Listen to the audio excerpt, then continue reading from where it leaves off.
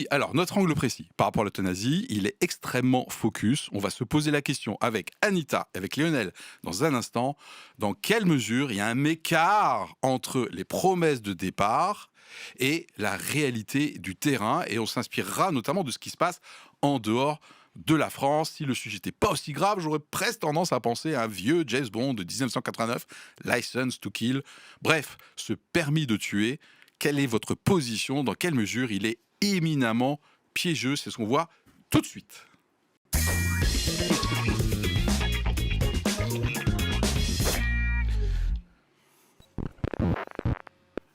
Ah bon, quand même, Lionel. Anita, quand même, si déjà je me plante, là, c'est mal barré. Bon, vous avez vu cette formulation pour aujourd'hui, là, quand même? Euthanasie, des promesses bourrées de pièges, c'est quand même pas mal orienté, ça, non? Enfin, je sais Oui, pas, très orienté. ça fait pas genre Ouais. débat contradictoire. Je sais pas, vous avez pas trop mal pris quand même? Moi, je me suis dit quand même, on est chrétiens, pas crétins, c'est des chrétiens. Je me suis dit on allait avoir un discours un peu homogène, mais peut-être que je me plante totalement. Anita, choquée par mon parti pris dans la question posée? Non, j'ai décidé de ne pas être choquée. D'accord. T'aurais pu l'être ou Oui, non, j'aurais pu. Non. Non, parce que j'allais dire. Je pense que c'est utile justement de travailler sur ce que nous, on peut penser être des pièges. Parce qu'on se rend compte que la plupart des gens n'ont pas connaissance du texte qui a été proposé à l'Assemblée nationale.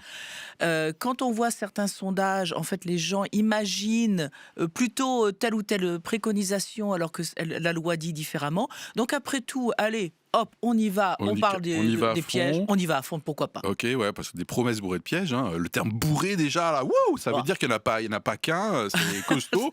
Alors bien sûr, on va vous laisser faire votre opinion. On a Lionel avec nous, qui a un comeback, hein, parce c'est pas un inconnu ici sur le plateau. Ça t'a pas choqué, la formulation, un petit peu, beaucoup? Non, ça ne m'a pas choqué. Après, je n'avais jamais regardé cette loi sous cet angle-là. Ah oui. Dire, est-ce qu'il y a des pièges dedans? On a toujours un regard un petit peu du strict cadre qu'ils essaient d'implanter, et en fouillant un petit peu, effectivement, sur les expériences des autres pays, on se rend vite compte qu'elle est effectivement bourrée de pièges. Donc on sent déjà, bah justement, la position a priori que vous allez tenir. Je rappelle, l'objectif, c'est de vous faire votre propre opinion. Alors, non pas sur l'euthanasie en général, notre angle est très focus aujourd'hui. C'est vraiment, ok, que je sois pour ou contre, est-ce que je suis d'accord avec l'affirmation comme quoi, ou la question posée, eh bien, derrière les garde-fous, les promesses, attention, eh bien, il y a des pièges. A priori, quelle va être ta position, Anita? Entre A et E, ou tu n'as peut-être pas envie de le dire Si aujourd'hui? je dis entre A et E, c'est quand même plutôt large. Hein. Alors, Non, mais... je vais dire peut-être plutôt entre B et C, j'expliquerai pourquoi. Ah, ok, très bien. Bon, moi, ça va être... non, je vais laisser Lionel quand même d'abord répondre. Hein. Moi, ça serait plutôt du B aussi. Oui, B, ouais. Moi aussi du B. Pourquoi du B? Parce que, franchement, je crois dans la sincérité, en tout cas des députés, sur les garde-fous contenus dans la loi, c'est-à-dire les cas vraiment dans lesquels l'euthanasie ou le suicide assisté, voilà, pourra être fait. Par contre, je n'y crois pas du tout à l'innocence des associations militantes. Mais pourquoi pas C ou D? Parce que pour moi, il y a une lame de fond, et les exemples dans les autres pays, sans compter les enjeux pour moi spirituels. Donc là, pour moi, B, c'est clair. Et tout de suite, fait et contexte, je crois. Oui. Lionel, qu'est-ce que tu souhaites poser sur la table avant qu'on débatte de nos 3 questions aujourd'hui? Eh ben, quel piège il nous tente derrière tout ça? On a toujours l'impression que la loi est extrêmement cadrée. Incroyable! Ouais, tout est parfait, on vit dans un monde parfait. Et puis, avec l'expérience, on se rend compte que finalement, les dérives peuvent venir très vite. Et c'est vraiment ce que j'ai découvert un petit peu en m'intéressant au sujet, c'est que on part d'une loi qui semble bien cadrée, bien posée, et puis les statistiques le montrent. Ça devrait être quelques cas concernés par l'euthanasie, et au final, au bout de quelques années, on se retrouve avec des milliers de personnes qui se font euthanasier, parce que la loi permet des choses qui, à la base, n'étaient peut-être pas prévues, mais progressivement a laissé passer et couler un certain nombre de limites qui étaient posées au départ et qui se sont progressivement effacé devant, Ouais. devant un Ça certain sera l'objet d'ailleurs de la première de nos 3 questions, c'est quelles sont justement ces fameuses promesses et dans quelle mesure du coup elles dériveraient? Bah, je vais enchaîner, Anita, une fois n'est pas coutume, sur le fait que j'ai posé. C'est le texte effectivement fixe 5 critères. Donc je parle du texte initial voté par l'Assemblée nationale, qui est arrivé ensuite au Sénat. Le Sénat, finalement, n'a rien fait avec, donc il revient à partir du 16 février prochain devant l'Assemblée nationale. Et effectivement, je suis d'accord avec toi, Lionel, hein, les 5 critères ont l'air mais hyper carrés, quoi, hein. Moi, je suis presque rassuré, quoi. Alors, 1, être majeur, ok. 2, être de la nationalité française ou résider de façon stable et régulière en France. 3, être atteint d'une affection grave et incurable, engageant le pronostic vital, hein, ok. Mhm. En phase avancée. 4, présenter une souffrance physique ou psychologique constante qui est réfractaire au traitement. Et enfin, être apte à manifester sa volonté de façon libre et éclairée. Donc moi, je dis, mais c'est carré Oh. leur truc là. Pourquoi il y a des pièges, Philippe? Tu rigoles ou quoi là? Anita, qu'est-ce que tu poses sur la table en tant que fait et contexte? Moi, je proposerais à ceux qui nous écoutent peut-être de prendre connaissance de 2 textes. Hmm. D'une part, d'aller sur le site de Aletheia, où il y a un article qui s'appelle Fin de vie, les 4 enjeux du débat. Parce Mm. qu'en fait, cet article présente effectivement les éléments sous l'angle des soins palliatifs, sous l'angle des critères médicaux, sous l'angle du côté de la loi et du côté des soignants. Voilà, et des personnes vulnérables. Donc, ça permet de voir un peu sous plusieurs facettes Mm. le sujet. Et puis, une recommandation aussi, allez sur le site du Sénat et lire, c'est une demi-page, Ok. lire les raisons pour lesquelles, enfin les changements qui ont été proposés par le Sénat par rapport au texte de loi initial. Mhm. Parce qu'en fait, en lisant juste ce bout de page-là, eh bien, on comprend quels étaient les points essentiels du projet de loi initial et pourquoi et en quoi le Sénat s'y opposait. Donc ça peut faire une sorte de résumé analysé. Donc c'est utile. Génial, très concret. Je rappelle que la première source qui vient d'être citée par Anita figure dans la description de la vidéo, comme d'habitude. Et pour le Sénat, il faudra vous débrouiller, vous tapez quelque chose comme Sénat, Voilà, hein, Sénat. et vous tombez tout de suite dessus. Et tout de suite, on passe aux 3 questions. Si c'est OK pour vous, allez, on y va. C'est parti.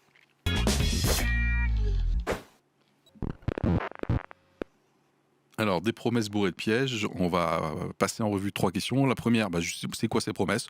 On ne cherche pas à être exhaustif, hein, comme d'habitude, mais d'avoir un best-of quelque part. Voilà. Et qu'est-ce qu'elles deviennent, ces promesses? Tu as un peu levé déjà le voile. Deuxièmement, en quoi, si il y a des dérives, celles-ci sont inévitables? C'est quoi les mécanismes qui font qu'à un moment donné, ce qui n'était pas permis le devient, ou etc. Et enfin, bien sûr, peut-être qu'on accordera le plus de temps à ça, je ne sais pas, on verra. Qu'en dit la Bible? Est-ce que pour moi, pour pouvoir répondre à cette question, est-ce qu'il y a des références bibliques, des repères pour m'aider à me faire une opinion sur ce sujet? Tout à fait d'accord ou pas du tout d'accord avec la question du jour. Allez, c'est parti. Quelles sont les promesses a priori posées sur la table par la loi et qu'est-ce qu'elles deviennent? Une première promesse a priori? Ben, ce qui nous est dit, c'est que c'est un cadre qui est strictement encadré. Voilà. Par contre, quand on voit, et donc tu les as cités, les grands critères, a priori, on peut dire, bon, pourquoi pas.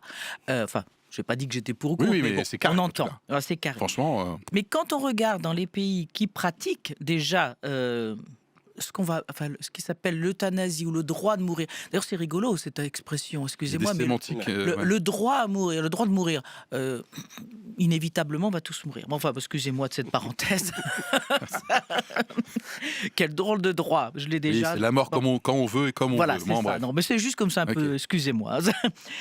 Quand on voit donc comment ça se passe, les évolutions en Belgique, dans les Pays-Bas ou au Canada, on se rend compte que le cadre qui était strict ne fait que s'étendre. Et moi, ce qui me marque particulièrement, c'est le. T'as même l'air un peu énervé, voire choqué là. Je sais pas, mais Si. c'est l'exemple du Canada. Donc en 2016, ils Ils votent. sont pionniers là-dedans. Voilà, ils votent entre guillemets le droit à la fin de vie. Ok. En 2021, ce droit est étendu aux maladies chroniques non terminales. Hmm. C'est-à-dire, j'ai une maladie chronique. Ok, on peut comprendre la souffrance des gens. Ça, nous n'allons pas là-dessus. C'est normal qu'on ait envie parfois que ça se raccourcisse. Mais même si la personne, entre guillemets, peut vivre encore plusieurs années, elle peut maintenant, au Canada, demander à mourir. Et en 2024, il y a un débat qui a été ouvert. Ça n'a pas été voté, mais ça reviendra certainement. C'était l'extension de l'application de cette loi aux personnes qui souffrent de troubles psychiatriques. Là, on est vraiment dans le cas de figure type, une promesse qui nous dit c'est strictement encadré, et là, de 2016 à 2024, une extension des critères. Ok, c'est carré, et en plus c'est préparé. En plus. Pour une fois chez Anita, qui d'habitude vient, vous le savez, hein, sur le plateau, en mode freestyle, je m'en bats. Bon bref, ok. Ne voilà. l'écoutez pas, ne l'écoutez pas. Si, écoutez-moi, mais regardez les précédents épisodes, vous verrez que j'ai tort, évidemment. Lionel aussi est préparé, hein. Je suis impressionné par ses feuilles, avec du stabilo. Waouh. Ouais, c'est comme ça qu'on ne maîtrise pas vraiment le sujet. Qu'on a l'impression de ne pas le maîtriser, en tout cas. Bravo pour la préparation. Mais pour moi, ça a été vraiment une découverte, en fait. Quand on regarde, moi, j'étais plus interpellé par la Belgique, mais c'est un peu le même cheminement. Et je suis tombé sur une vidéo où quelqu'un parlait de ça. Et j'ai trouvé un mot très intéressant, c'est que quand on parle de souffrance, on parle de quelque chose de très subjectif. Ah oui. Et où se limite comment un médecin peut juger de la souffrance de la personne. Et ça provoque progressivement on cadre très bien au départ la loi, et puis progressivement, on se dit, cette personne souffre, pourquoi la loi ne pourrait pas être avec elle et on lui permettre de mourir. Et oui.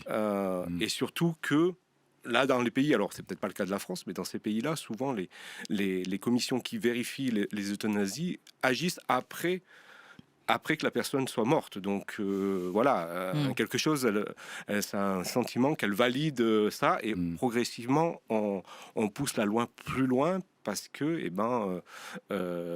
c'est subjectif, donc la personne qui souffre va dire oui, moi j'ai une souffrance insupportable, invivable, donc je dois avancer. Et l'autre aspect qu'il mettait après, c'était la non-discrimination. Au début, on va dire c'est cadré, c'est autorisé pour ça, c'est pas toléré par les enfants, mais on est dans des sociétés où dès qu'il y a individualisation, voilà, le droit à, on a le droit à, donc progressivement on va se dire pourquoi on n'autoriserait pas pour cette maladie-là qui est une souffrance pour les personnes qui la vivent, pour les enfants parce que ils ont aussi des souffrances, et pourquoi on n'autoriserait pas. Et c'est un petit peu l'évolution en Belgique, parce qu'à l'heure d'aujourd'hui en Belgique les enfants peuvent demander l'euthanasie aussi, donc voilà. Je m'étais noté effectivement une promesse aussi sur tout ça sera hyper encadré et contrôlé. Pour éviter d'éventuels abus, c'est exactement ce que tu viens de dire. Et en fait, dans les pays dont on vient de parler, les organismes de contrôle sont débordés par rapport au nombre de demandes. Donc, à un moment donné, l'organisme de contrôle, à un moment donné, il laisse filer, quoi. C'est juste pas possible, hein. Les chiffres sont en hausse vertigineuse dans les différents pays qu'on vient de citer, hein. Donc, on a dit quoi ? Pays-Bas, Canada, Belgique, alors Suisse, il y a juste, je crois, une des composantes, et États-Unis dans certains États. Par exemple, Washington, Oregon, ça c'est dans le nord-ouest des États-Unis. Une autre promesse peut-être proposée par ce type de loi, et quelles sont les dérives ? Eh bien, en fait, c'est aussi l'annonce que ça ne doit pas remplacer les soins palliatifs. Ah oui, voilà. Ouais. Ça va coexister, c'est la promesse. Ça va coexister, voilà. Relax, tout va bien. Alors, en théorie, en France, tout citoyen français peut bénéficier de soins palliatifs. C'est ce que la loi nous dit. Et on a 3 types de structures. On a des unités de soins palliatifs, on peut avoir des lits de soins palliatifs dans des hôpitaux, ou on peut avoir des soins palliatifs à domicile. Alors, il y a de l'argent qui a été mis pour ce financement. Il ne s'agit pas de dire que rien n'est fait, ça n'est pas vrai. Mais ceci dit, il y a toujours beaucoup d'inégalités, parce qu'il y a 20 départements en France qui n'ont pas d'unité de soins palliatifs. Et on constate que les soins à domicile pour les soins palliatifs ne sont pas en voie de développement, et les hôpitaux sont pour la plupart du temps sous-dotés en lits pour soins palliatifs.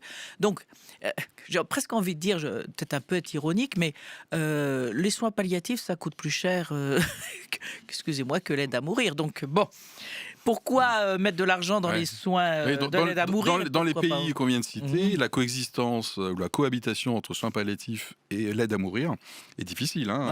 Les soins palliatifs ont tendance à perdre dans ce game, quoi. Lionel ? Complètement. Je partage complètement ça. Après, moi, j'aimerais aussi...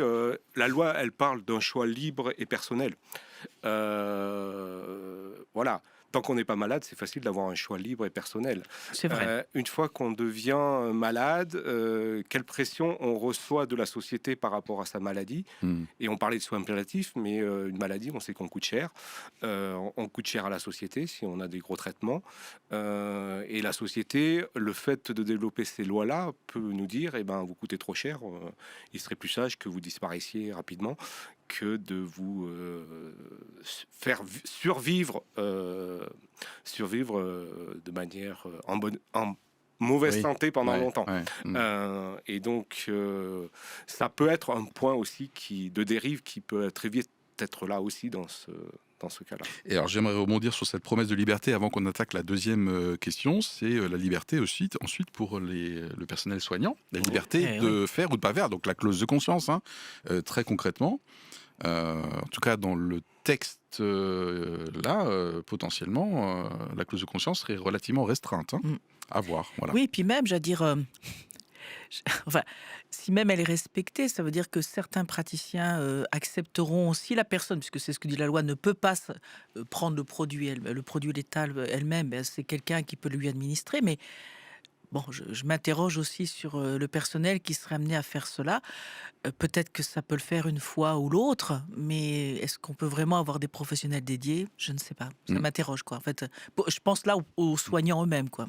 Alors deuxième question, hein, pour nous aider à faire une opinion sur la question du jour, c'est pourquoi il y a forcément ces dérives alors qu'a priori, ça peut être sincère au début. Moi, j'ai dit, franchement, je pense que les députés sont sincères. Pourquoi il y a ce genre de dérive qu'on constate dans les autres pays? Quels sont les mécanismes? C'est normal, c'est inévitable, c'est juste un accident de parcours. A priori, d'après les stats, c'est pas un accident.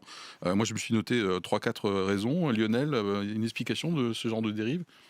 Ce que je disais un petit peu tout à l'heure, c'est qu'on se retrouve avec du subjectif dans la loi. Ok. Et pour moi, le subjectif dans la loi ne peut pas cadrer. Si on met un cadre et Ouais. qui il dit maladie incurable, qu'est-ce que ça veut dire?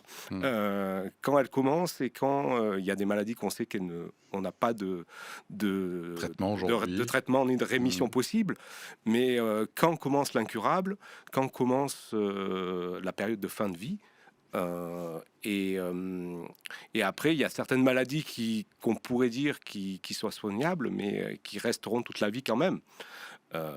Typiquement, parfois des maladies psychiques. Et ben, la personne, elle peut être soignée, mais elle le portera peut-être toute sa vie. Oui, il a une Et fragilité, une une fragilité. vulnérabilité. Donc, voilà. Ouais. Et à un moment, ces personnes-là disent, mais je suis atteint d'une maladie incurable, pourquoi j'ai pas le droit de mourir? Donc, c'était exclu au départ, et puis progressivement, on va dire, eh ben oui. La personne n'a pas tort, pourquoi pas? Ouais. Ouais, ça me c'est fait penser ça. à Monsieur Demorand qui a exposé sa bipolarité relativement récemment sur les ondes de France Inter. Moi, je me suis noté, bien évidemment, le mécanisme que certains commerciaux à l'ancienne connaissent, le pied dans la porte. Eh ben oui. Voilà, hein, quand voilà, mais ça date un peu. Je sais, vous savez, le jour où on voulait vous vendre des encyclopédies, à l'heure de l'IA, c'est totalement foutu ça. Mais voilà, c'est clairement dit. Il y a le pied dans la porte s'entrouvre, et puis à un moment donné, après, hop. Je peux rentrer, voilà. Donc ça, moi j'ai l'exemple. Alors j'espère que c'est pertinent, mais la loi Veil sur l'IVG, ce qui devait être une exception Tout à fait. Ouais. dans des cas très cadrés, aujourd'hui, au moins en termes de statistiques, en France, on approche les 300 000, je crois, IVG, j'arrondis à la hausse par an. Voilà, on n'est plus du tout dans l'exception, quoi. Tout à Oui, fait. et il y a une prolongation aussi du délai dans lequel on peut demander l'IVG. Donc, si, je pense qu'on est bien sur ces phénomènes-là, j'irais presque des mécanismes humains, c'est-à-dire qu'on tend à l'expansion. Dès qu'on commence Oui, c'est pas forcément malveillant, voilà, c'est ça. complotiste. Mm. On est en train de décrire des mécanismes assez naturels. Voilà, hein. on autorise quelque chose, donc Ouais. effectivement, pourquoi pas dans telle ou telle autre situation, sous prétexte d'inégalité. Donc en réalité, les critères vont s'élargir, et puis avec ce fameux postulat de supprimer la souffrance. Ce postulat, il n'est pas bon, parce que ça veut dire, à partir de, comme tu disais, à partir de quand, quel degré de souffrance, quelle perception. Toute forme de souffrance, même ça peut être aussi non seulement physique, psychique, mais pourquoi pas sociale. Je trouve pas ma place dans la société, c'est une souffrance pour moi. Enfin, Ouais. Je vais peut-être un peu loin, mais l'humain peut aller très loin aussi.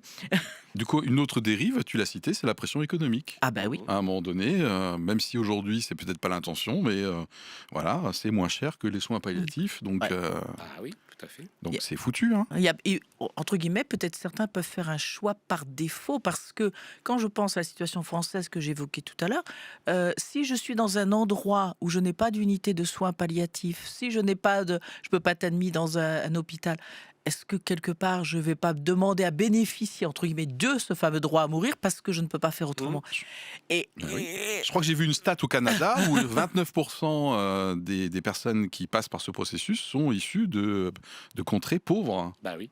Bah oui. Voilà, donc bon, après, on a les stats. D'autres choses sur les mécanismes des dérives, à ma gauche, à droite, avant qu'on passe à la Bible, quand euh, même? Alors vraiment, moi, ce qui m'inquiète, c'est pour les personnes fragiles, vulnérables. Pourquoi? Parce qu'en fait, on le voit déjà avec le vieillissement, où les personnes peuvent avoir tendance à se sentir inutiles et à dire: mais pourquoi je vis encore? Ça ne sert plus à rien. Je suis un poids pour la société. Voilà, je suis à votre charge. Bon. Hmm. Et comment dire, une personne peut se dire: j'ai besoin de m'effacer de la société, ça fera du bien à ma famille, je serai moins encombrante, etc. Et je pense qu'il peut y avoir des, comment dire, des pressions plus ou moins conscientes en disant: mais écoute, voilà, ce serait mieux pour toi. C'est-à-dire que là aussi, sans vouloir être mal intentionné, mais dire quand même, ça serait mieux pour toi. Voilà, si tu partais, ça irait mieux. Donc, je pense que les personnes on risque de recréer une forme d'inégalité parce que les personnes les plus fragiles psychiquement ou socialement peuvent avoir envie de s'effacer entre guillemets plus rapidement que d'autres.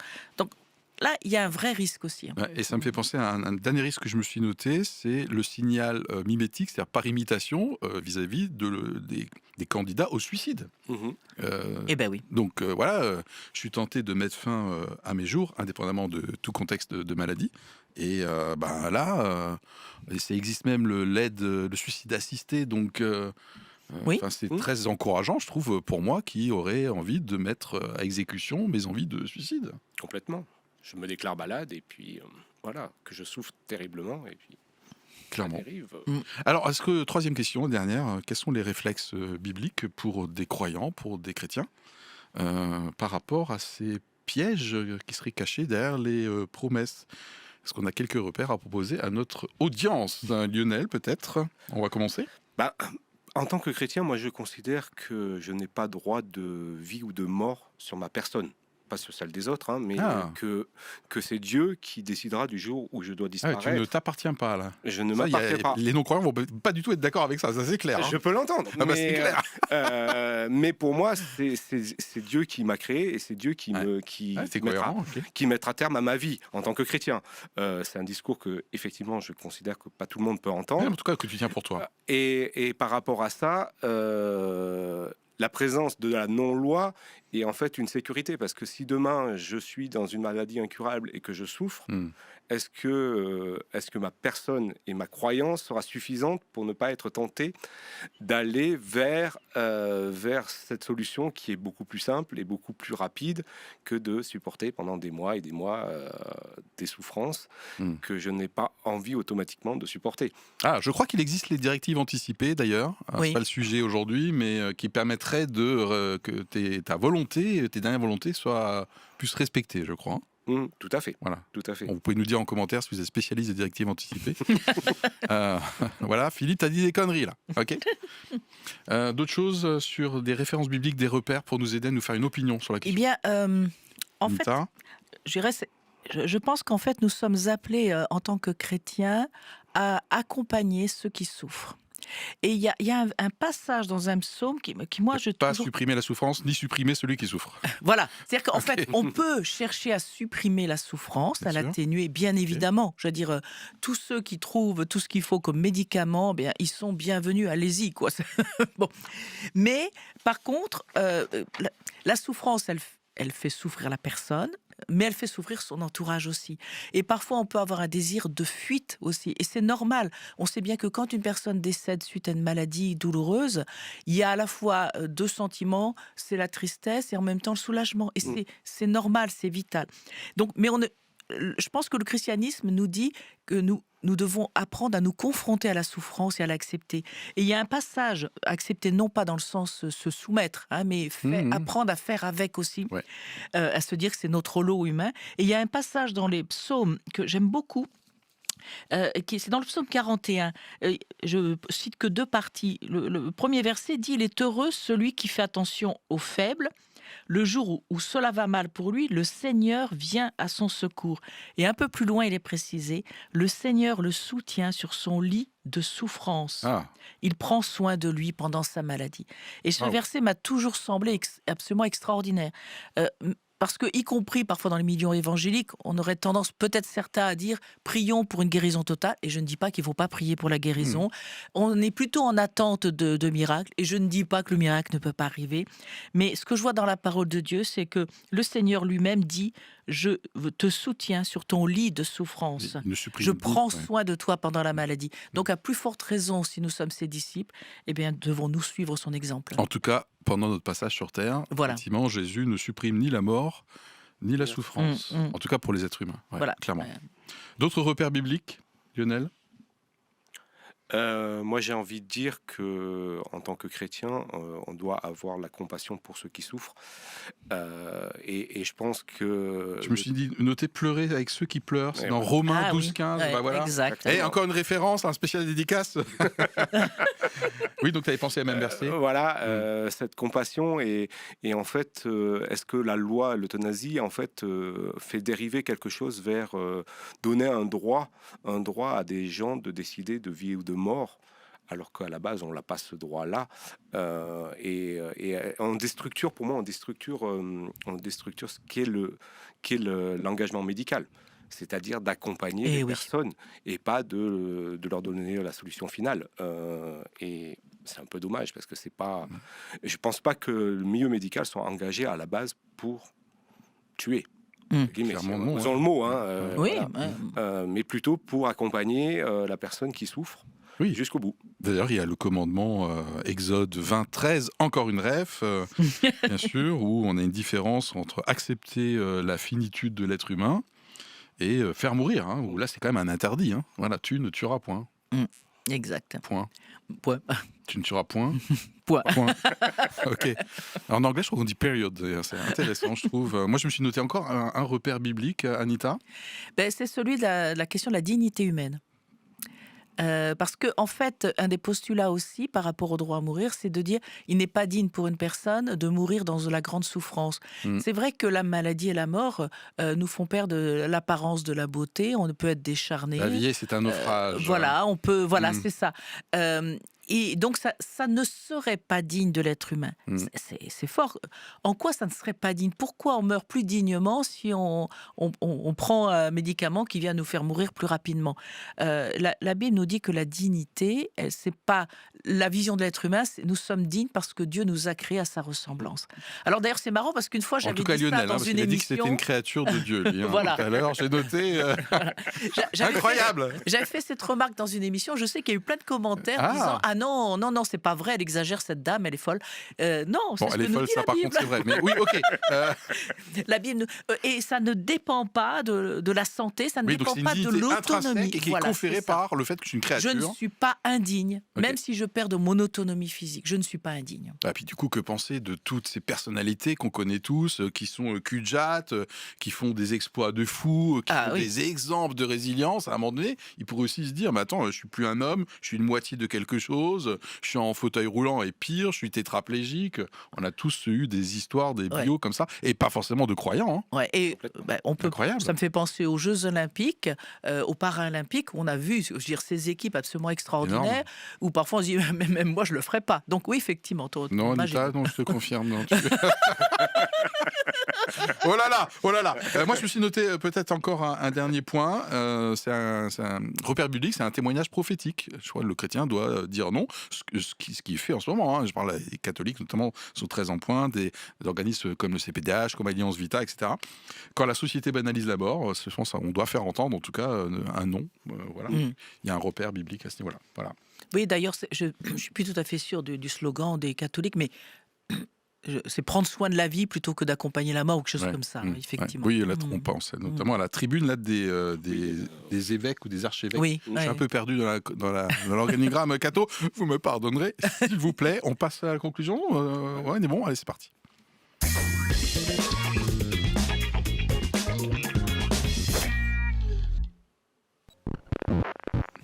Verdict final, pareil pour vous qui nous regardez, qui nous écoutez. Dans quelle mesure vous êtes complètement d'accord, un peu ou pas du tout d'accord avec la question posée? Dans quelle mesure l'euthanasie, telle qu'elle est discutée en ce moment en France, en tout cas entre l'Assemblée nationale et le Sénat, eh bien ce sont des promesses, bien intentionnées peut-être, mais qui pètent à un moment donné. Donc c'est bourré de pièges. Tu avais dit a priori un B tout à l'heure. Ouais. Tu restes là-dessus? Non, j'aurais plutôt tendance à dire en A. En fait. Ah ouais, là, t'es devenu radical, hein. On va dire ça comme ça, non, mais en fait, le B, je l'ai posé avant d'ouvrir le sujet complètement. Et ce que j'ai découvert dans le sujet m'a quand même fait froid dans le dos, je dois le reconnaître, parce que je m'étais jamais posé la question d'aller fouiller un petit peu de ce qui s'était passé dans les autres pays. Et on voit que la loi, elle pose des cadres au départ qui sont très bien, on l'a dit, qui semblent très bien. Et puis finalement, ces cadres-là, on a toutes les chances qu'elles s'élargissent beaucoup plus vite que ce qu'on le souhaiterait. Si on gardait ces cadres-là, je n'aurais pas de difficulté. J'aurais pas de difficulté. Je ne partage pas la façon automatiquement ça, mais je pourrais monter plus haut mon curseur. Mais là, on sait que d'emblée, c'est piégé et que on va pas annoncer d'entrée que ça va aller vers là, parce que sinon, on refroidirait trop de personnes. Et donc, on dit oui, ça va bien être cadré. Et puis, après, on fera évoluer la loi. Si on te disait d'entrée, ça va être ouvert à tout le monde, aux enfants, peut-être que beaucoup de personnes seraient contre cette loi-là. Voilà, donc c'est ma source de réflexion, elle est là, et aujourd'hui, j'aurais tendance à être complètement opposé à ça, nettement. Ok, très bien, merci bien d'être clair. Tu étais entre B et C tout à l'heure? Eh bien, je m'arrête à B, conclusion. Très bien. Pourquoi? Parce que je crois que pour certains, pour les associations qui attendent, peut-être pour certaines personnes, cette loi va répondre à leurs attentes. Donc c'est en ça que pour elles, il y a de vraies promesses. Ils vivent pas ça comme des pièges, du coup. Voilà, c'est ça. Voilà. C'est pour ça que je relativise. Moi, je passe du B à A. Donc, clairement, parce que... Et ma plus grande crainte, en fait, vous me connaissez, c'est plutôt la crainte de la pression sociale, la contrainte institutionnelle. Ah, que oui. Voilà, la clause de conscience. Voilà, donc, même si moi, je ne serais pas touché, parce que je ne fais pas partie du corps médical, mais je déteste qu'on m'impose quelque chose d'un point de vue étatique. C'est mon côté libertarien, voilà, commencer à me connaître. Et puis moi, j'y vois un angle, à l'insu, je pense, des personnes, bien sûr, mais anti-Dieu évident et ultra clairement. stratégique, quoi. Voilà, là, c'est clairement à l'opposé de Dieu, donc pour moi... C'est croire qu'en fait, notre vie nous appartient. Exactement. Voilà. Donc là, on est sur le péché originel. Voilà. Tout à fait. Vous de jouer dans vos commentaires, dans votre prise de position, dans quelle mesure vous êtes complètement d'accord avec la question posée. Un grand merci pour ton renfort, Lionel. Merci. Anita, bien sûr, pour ta fidélité. Voilà, et tout. Voilà. Ok. À bientôt pour un prochain épisode. Allez, bye.